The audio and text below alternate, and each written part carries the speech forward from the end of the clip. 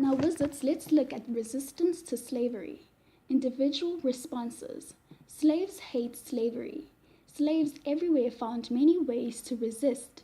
They resisted slavery by doing many things which made it difficult for their owners.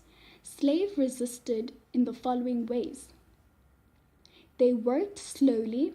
They were passive and did not show initiative. They were indifferent and did not show emotion in front of their owners. They deliberately did not do what they were told to do, and this frustrated their owners. They got drunk often. They committed suicide. They murdered their owners. They set fire to crops and houses. They stole food from the master's kitchen. And lastly, they ran away. Now, wizards, let's also look at rebellion against slavery. Some slaves rebelled against slavery, but this was very rare. This was because slave owners and their families and white communities outnumbered slaves in most places. Slave owners had guns. Slave owners could ask the government to use its power to stop rebellions. A lot of people thought that slavery was cruel and should therefore be abolished. Abolitionism was the movement to end slavery and to set slaves free. The abolishment movement put pressure on the government to change the law. The slaves themselves also played a large part in gaining their own freedom.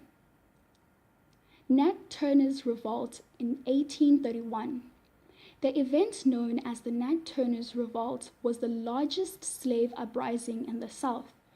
Turner was a slave who could read and write. He claimed to be guided by religious visions. He led a group of slaves in a series of attacks in Virginia. In 2 days, the rebels killed approximately 60 white men, women, and children. Soldiers went after the rebels. Turner and his rebels were captured, put on trial, and sentenced to death by hanging. The rebellion made the slave owners panic. Hundreds of other slaves and local slaves were punished or killed by slave owners. Joseph Sink and Amistad Mutiny in 1839. Joseph Sink was born in West Africa. He was a rice farmer. He has a wife and 3 children.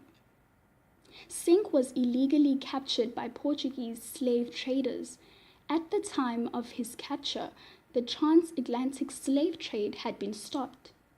Sink was taken across the Atlantic Ocean to the Caribbean, where he was sold with 110 other West Africans to Spanish slave traders called Reyes and Montes. The slaves were put on a ship called Amistad. Reyes and Montes were planning to Sink and his fellow West Africans as slaves to work on sugar plantations in Cuba.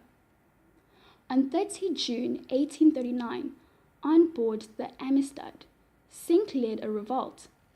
The captain and the cook were killed. 2 slaves also died and 2 sailors escaped. The Africans took Reyes and Montes prisoner and demanded that they direct the ship back to West Africa. Instead, at night, Reyes and Montes directed the navigator in the opposite direction towards the Americas. After about 2 months, the ship reached United States waters near New York. Members of an American ship boarded the vessel. Reyes and Montes gave them their version of the story. They charged the Africans with mutiny and murder and took them to jail to await trial.